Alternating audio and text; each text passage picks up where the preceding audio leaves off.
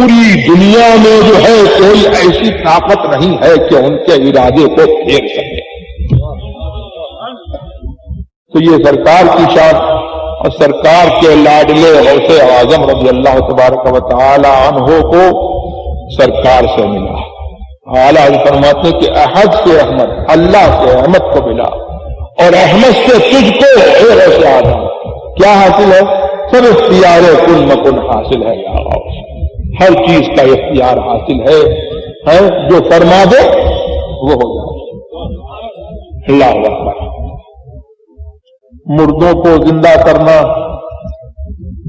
یہ میرے غوث پاک رضی اللہ تبارک و تعالی عنہ کا ایک ادنا کام تھا.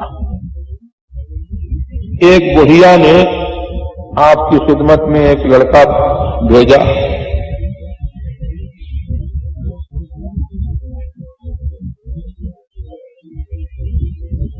لے کر کے آئی کہ خدمت کرے گا غوث پاک کی اور صحبت کا فیض اٹھائے گا، کچھ بن جائے گا. تو اس کے بعد چھوڑ گئی. کچھ دنوں کے بعد آئی کہ بیٹے کا حال دیکھ لے کہ کس حال میں ہے بیٹا. تو دیکھا کہ غوث پاک رضی اللہ تبارک و تعالی عنہ تو مرغ تناول فرما رہے ہیں اور بیٹا جو ہے وہ سوکھی روٹی کھا رہا ہے. تو اس نے کچھ کہا نہیں غوث اعظم سے، دل میں سوچا کہ بیٹا سوکھی روٹی کھا رہا ہے، اس کو سوکھی روٹی کھانے کو دی، میرے بیٹے کو خود مرغ تناول کر رہے ہیں. دل میں اس نے سوچا. جب غوث پاک مرغ تناول فرما چکے تو ہڈیوں کو جمع کیا اور فرمایا قم باذن اللہ، اللہ کے حکم سے کھڑا ہو جا. تو اب وہ سوکھی ہڈیاں نہیں تھیں، کھائی ہوئی ہڈیاں نہیں تھیں، بلکہ مرغ تھا جو پر جھاڑتا ہوا اور اذان دیتا ہوا جو ہے موجود ہو گیا. تو حضرت غوث اعظم نے فرمایا کہ جب تیرا بیٹا اس حالت پہ پہنچ جائے گا تو وہ بھی مرغ تھا. تو کیا معلوم ہوا کہ کہہ دے تو ہو بھی جاتا ہے. اور دوسری بات یہ ہے کہ تم اسکرین کے ذریعے سے، اسکین کے ذریعے سے جو ہے اندر کی حالت معلوم کرتے ہو، تو معلوم تم بھی کر سکتے ہو. تو تم تو اسکین کے محتاج ہو، اسکرین کے محتاج ہو، اپنے میٹیریل انسٹرومنٹ کے محتاج ہو، لیکن جو اللہ تعالی کا ولی ہے وہ جو ہے کرنے میں اور جاننے میں جو ہے کسی آنے کا محتاج نہیں ہے. وہ کہہ دیتا ہے تو ہو جاتا ہے، اور دل میں کچھ وہی بات ہوتی ہے تو نہیں.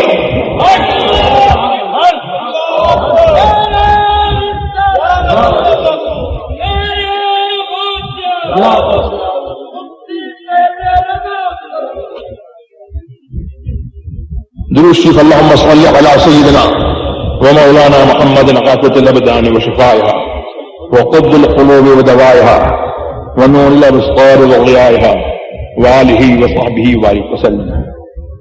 اور ان اولیاء کرام کی بارگاہ میں جو ہے وہ ادب، ان کا مرتبہ جو ہے وہ ہم کیا بتا سکتے ہیں.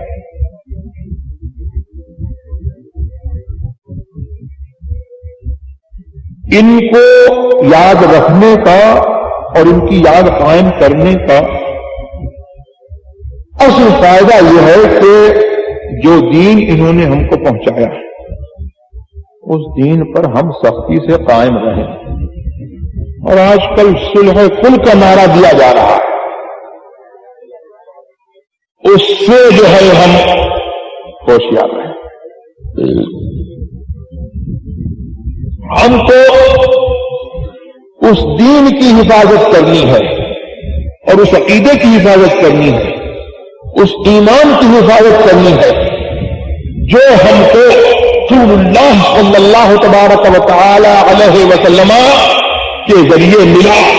اور رسول اللہ کا یہ دین جو ہے ایسے ہی آسانی سے ہمارے پاس جو ہے ڈائریکٹ نہیں پہنچ گیا ہے، بلکہ یہ اولیاء کرام ہیں جنہوں نے اپنی جاسوسانیوں سے، اپنی قربانیوں سے اور اپنی ریاضتوں سے اور اپنی پاک بازیوں کے ساتھ جو ہے اس دین کی حفاظت بھی فرمائی ہے، اور آج انہیں کا لکھا ہے کہ آج ہم مسلمان ہیں۔ یہ جو لوگ نعرہ دینے والے ہیں ان سے ہوشیار رہو، یہ چاہتے ہیں کہ اولیاء کرام سے تمہاری وابستگی ختم ہو جائے۔ اولیاء کرام سے آپ کی وابستگی ختم ہوئی تو سمجھ لیجئے کہ سب کچھ ختم ہو گیا، اور جو کچھ بھی آپ کو ملا ہے، اگر کچھ بھی نصیب ہوگا اس وابستگی ختم ہونے کے بعد جو ہے تو چند روزہ زندگی میں جو ہے وہ کچھ کام نہیں آئے گا، یہ سب جو ہے ختم ہو جائے گا، یہی رہ جائے گا۔ قل متاع الدنیا قلیل، قرآن کا ارشاد ہے کہ دنیا میں جو برتنے کو تم کو ملا ہے یہ تھوڑا ہے، یہ تھوڑا ہے اور یہ فنا ہونے والا ہے، لیکن وہ آخرت کی آسائشیں اور آخرت کی رحمتیں، اللہ کی رحمتیں اور اللہ تبارک و تعالی کا کرم ہے، یہ انہی کے لیے ہے جو ان اولیاء کرام کے مسلک پر سختی سے گامزن ہے۔ تو اولیاء کرام کے مسلک پر سختی سے گامزن رہو، اور اولیاء کرام کے مسلک کی اس زمانے میں یوں تو سب جو ہے اپنے آپ کو اہل سنت کہہ دیتے ہیں، آسانی سے سب کہہ دیتے ہیں کہ ہم مسلمان ہیں، سب کہہ دیتے ہیں کہ ہم حق پر چلنے والے ہیں، لیکن اولیاء کرام کے مسلک کی اور اہل سنت کی صحیح پہچان اور اس کی صحیح کسوٹی اس بر صغیر ہند و پاک میں جو ہے وہ اعلیٰ حضرت کا نام، جہاں اعلیٰ حضرت کا نام آتا ہے یہ جتنے صلح کل کی مشنریز ہیں وہ سب جو ہے غائب ہو جاتے ہیں، جتنے ڈپلیکیٹ ہیں وہ سب غائب ہو جاتے ہیں، اور جب اعلیٰ حضرت کا نام آتا ہے مسلک اعلیٰ حضرت بولا جاتا ہے تو اوریجنل سنی کی جو ہے اوریجنل سنی کی آئیڈینٹیفیکیشن جو ہے قائم ہو جاتی ہے، اس کی شناخت جو ہے مل جاتی ہے۔ تو آپ کو اگر غوث اعظم سے آخرت میں ملاقات کرنی ہے اور ان کے جھنڈے کے تحت، ان کے جھنڈے کے نیچے، ان کی مبارک جماعت میں آپ کو اٹھنا ہے، اور آپ کو یہ یقین ہے کہ کل مرنا ہے اور مرنے کے بعد جو ہے قیامت میں اٹھنا ہے، تو مسلک اعلیٰ حضرت پر آپ قائم رہیے، اور اولیاء کرام کی عظمت کو اپنے سینے سے لگا کر کے رکھیے۔ اولیاء کرام کا ادب جو ہے اور ان کی عظمت کا دل میں رہنا اور ان کی نیاز مندی جو ہے یہ خیر ہی خیر ہے اور آپ کے ایمان کی ضامن ہے۔ حضرت غوث پاک رضی اللہ تبارک و تعالی عنہ کو جو کچھ ملا وہ بھی اولیاء کرام کی نیاز مندی اور ان کے ساتھ ادب کے ساتھ ان کے ساتھ وابستگی کے ذریعے ان کو ملا ہے۔ اس سلسلے میں ایک مشہور واقعہ میں آپ کو سنا دوں۔ غوث اعظم جب پڑھتے تھے تو 3 طالب علموں نے یہ طے کیا کہ وقت کے ایک ولی کے پاس جائیں گے، ان کا بھی نام غوث تھا۔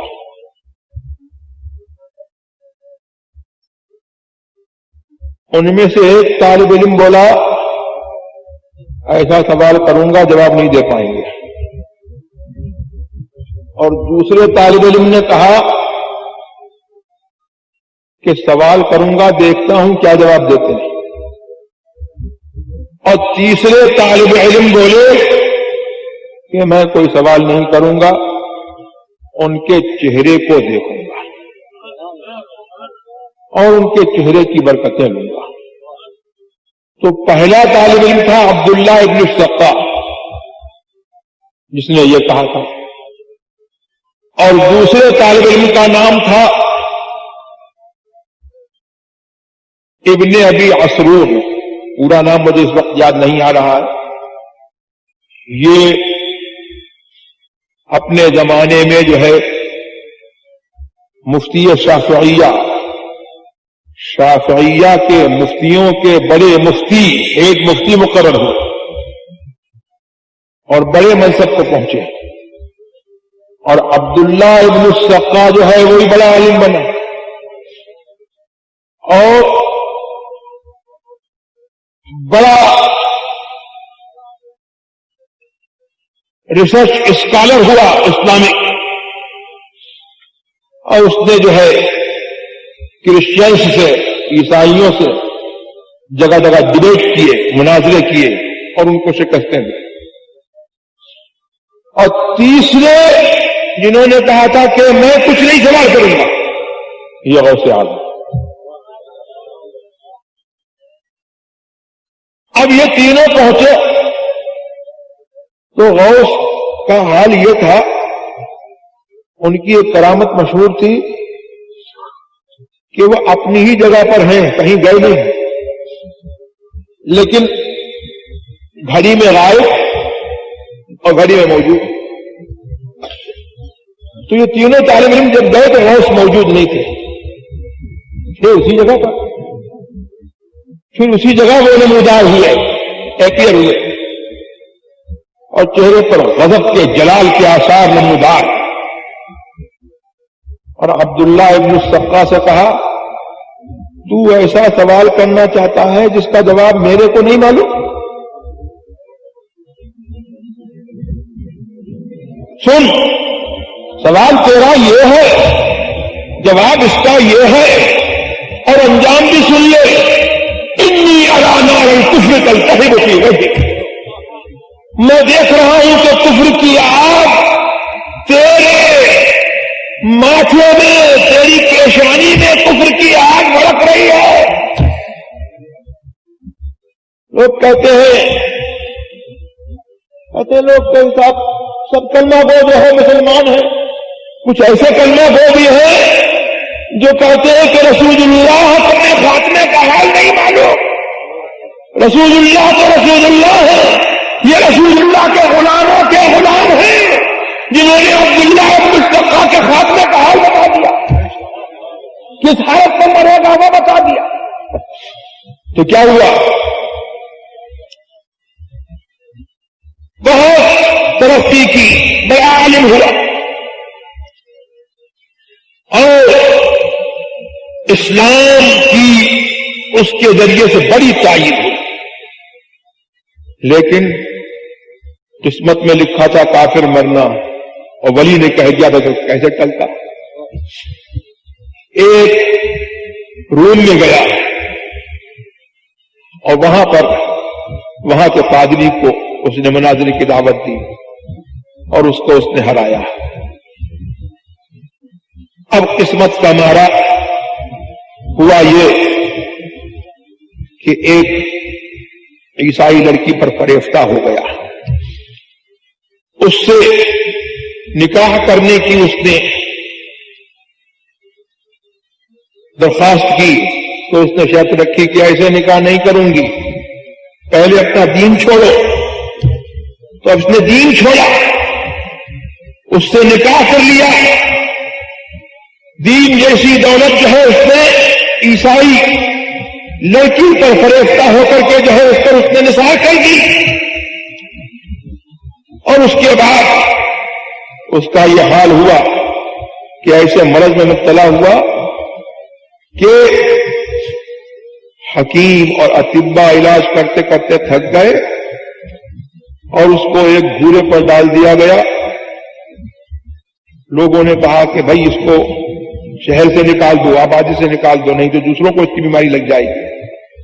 تو شہر کے باہر ایک گھوڑے پر اس کو ڈال دیا گیا. وہاں سے ایک جاننے والے کا گزر ہوا. انہوں نے پوچھا کہ تیرا کیا حال ہے؟ تو کہنے لگا کہ غوث کی بددعا ہے. کہا کہ کوئی قرآن کی آیت یاد ہے؟ تو قرآن کی آیت بھی وہ یاد آئی جو اس کے حد حال تھی. ربما یود الذین کفروا لو کانوا مؤمنین لو کانوا مسلمین. کیا ہے وہ یاد جی بتا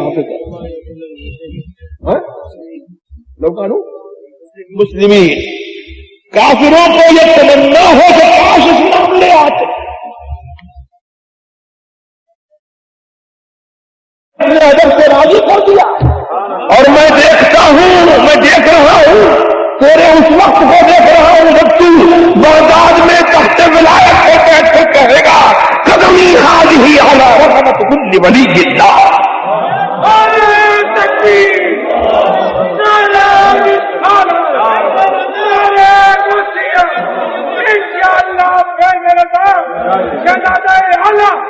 زندہ باد, زندہ باد, زندہ باد. میرا یہ قدم ہر ولی اللہ کے گردن پر ہے. سبحان اللہ. تخت ولایت پر غوث پاک بیٹھے اور انہوں نے یہ اعلان کیا. اور جب انہوں نے اعلان کیا تو روئے زمین پر جتنے اولیاء کرام تھے انہوں نے اپنی جو ہے روحانی سماعت سے, اس سماعت سے نہیں, روحانی سماعت سے جو ہے انہوں نے جو ہے ان کے ارشاد کو سنا. اور جو قبر میں تھے انہوں نے بھی جو ہے گردن جھکا دی, اور جو روئے زمین میں تھے انہوں نے اپنی گردن جھکا دی. اور خواجہ غریب نواز نے چشتی سنجری اجمیر کے سلطان الہند میں جو ہے فرمایا کہ میرے گردن ہی پر نہیں ہے غوث, تمہارا قدم میری آنکھوں پر ہے, میرے سر پر ہے. اللہ اکبر. مگر ایک تھے اصفہان میں, انہوں نے کہا سب کے گردن پر ہے, میرے گردن پہ نہیں. تو میرے غوث اعظم رضی اللہ تبارک و تعالی عنہ کی ایک صفت ہے سلاب الاحوال, لوگوں کے حال کو سلب کر لینے والے.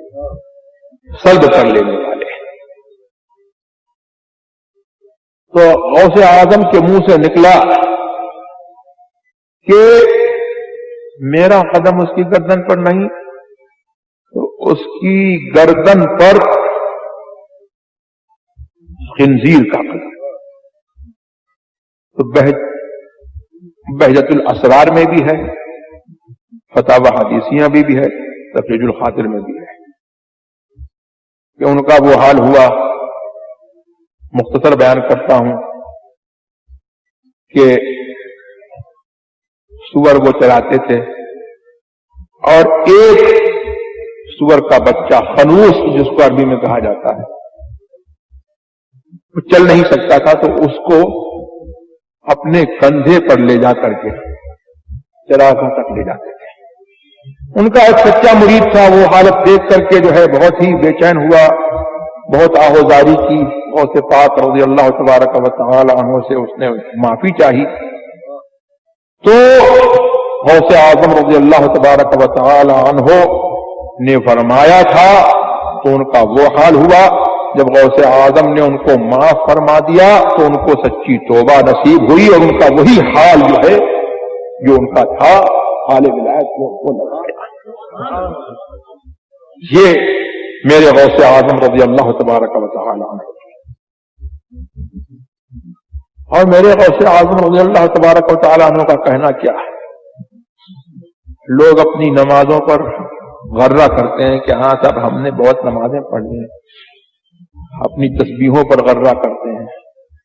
میرے غوث اعظم رضی اللہ تبارک و تعالی عنہ کا حال یہ ہے سبحان اللہ کہ ذرا دیر میں چور کو ابدال بنا دے, ذرا دیر میں جو ہے کافر کو ایمان صاحب ایمان کر کے جو ہے اس کو واصل الی اللہ کر دیں۔ علامہ جلال الدین سیوطی رضی اللہ تبارک و تعالی عنہ نے یہ واقعہ نقل کیا ہے غوث اعظم کا کہ ایک بدر اللہ تبارک و تعالی کے اولیاء کرام میں ابدال ہوتے ہیں، تو ان میں سے ایک ولی کا انتقال ہو رہا تھا، آخری وقت تھا۔ غوث اعظم رضی اللہ تبارک و تعالی عنہ حاضر ہیں اور وہ ان ولی کا آخری وقت ہے، تو اب اس کی جگہ پر کسی کو ہونا چاہیے۔ غوث اعظم نے مجمع میں سے فرما دیا کہ میں نے اس کو بدل مقرر کیا۔ اسی وقت وہ ایمان لایا اور اسی وقت وہ غوث اعظم کے فرمانے کے موجب جو ہے وہ بدل مقرر۔ اللہم صلی علی سیدنا و مولانا محمد عافیۃ الابدان و شفائها وقرب القلوب و دوائها ونور الابصار و ضیائها وآلہ و صحبہ وبارک وسلم۔ تو بس ہماری آپ کی گفتگو جو ہے یہیں پر ختم ہوتی ہے کہ ہم ان کے نام لیوا ہیں اور ان کے مسلک پر ہم قائم رہیں اور عہد کریں کہ جو مسلک ہم کو غوث اعظم کے ذریعے سے رسول اللہ علیہ السلام کا ملا ہے اور جس کی نشاندہی اور جس کی تجدید اور جس کی نشاندہی آج زمانے میں اس زمانے میں اعلی حضرت نے کی ہے، اس مسلک پر ہم قائم رہیں اور صلح صلح کے فتنوں سے دور رہیں، ایسے مجمعوں سے دور رہیں جہاں پر ایسے لوگوں کو بلایا جاتا ہے جو صلح کلیت کی تعلیم دیتے ہیں، جو سنیوں کو سنیت کے مسلک سے سنیت سے منحرف ہونے کی تعلیم دیتے ہیں،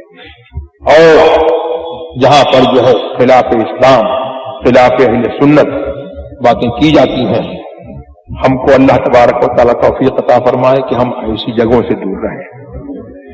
وہ باتیں چاہے اعلی حضرت کا لیبل لگا کر کے کی جائیں، ایسے مجمع میں ہو جس مجمع میں اعلی حضرت کا لیبل لگا ہو، یا کوئی شخص اعلی حضرت کا لیبل لگا کر کے جو ہے ایسی باتیں کرے، سمجھ لو کہ وہ اعلی حضرت کا نہیں ہے، وہ غوث اعظم کا نہیں ہے۔ اور اگر اعلی حضرت کا کوئی زندگی بھر نام نہ لے لیکن وہ غوث اعظم کے مسلک پر رہے، رسول اللہ کے سچے دین پر رہے، اہل سنت والجماعت کی سچی تعلیم جو ہے وہ آپ کو دیتا رہے، تو آپ یہ سمجھ لو کہ وہ اعلی حضرت کا ہے۔ اگر تو وہ کبھی زندگی بھر اعلی حضرت کا نام لے تو ایسے لوگوں سے ہوشیار رہنے کی ضرورت ہے۔ قرآن کریم کا ارشاد ہے لا تجد قوما یؤمنون باللہ والیوم الآخر یوادون من حاد اللہ ورسولہ ولو كانوا آباءهم او ابناءهم او ازواجهم کیا ہے او اخوانهم او عشیرتهم اولئک كتب في قلوبهم الایمان وأیدهم بروح منه۔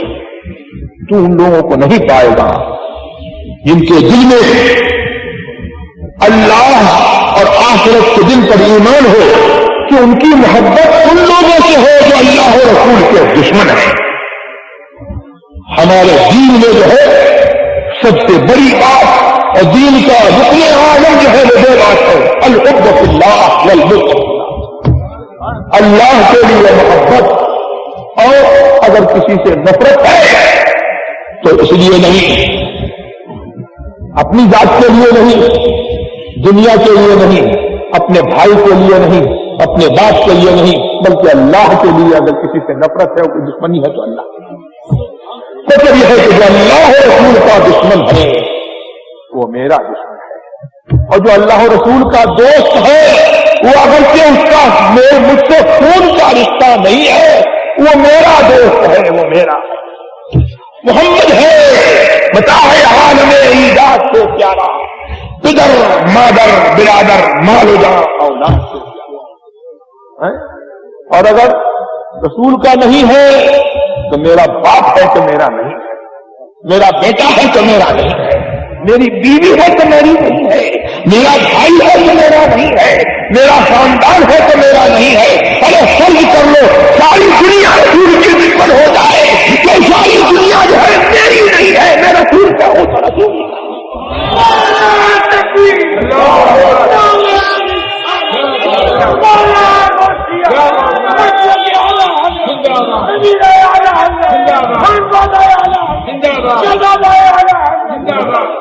یہ مطلب اعلیٰ حضرت کہ لحظ میں اس سے رخے شیخ کا داغ لے کے چلے، لحظ میں اس سے رخے شیخ کا داغ لے کے چلے، اندھیری رات سنی تھی چراغ لے کے چلے۔ اور کس کو ملتا ہے وہ اس کے رخے شیخ کا داغ؟ کس کو ملتا ہے؟ یہ اس کو نہیں ملتا ہے جو ہر محفل کی زینت بنتا ہے، یہ اس کو نہیں ملتا ہے کہ ہمیں ہمارا لفڑا کسی سے نہیں ہے، ہماری سب سے مصالحت ہے، یہ اس کو ملتا ہے جو اپنا رشتہ رسول سے رکھے، رسول کے غلاموں سے رکھے۔ تیرے غلاموں کا نقش قدم ہے راہ خدا، وہ کیا بھٹک سکے جو یہ سراغ لے۔ اور جنا بنے گی محبان چار یار کی قبر، جو اپنے سینوں میں چار باغ لے کے چلے۔ بس وآخر دعوانا الحمدللہ۔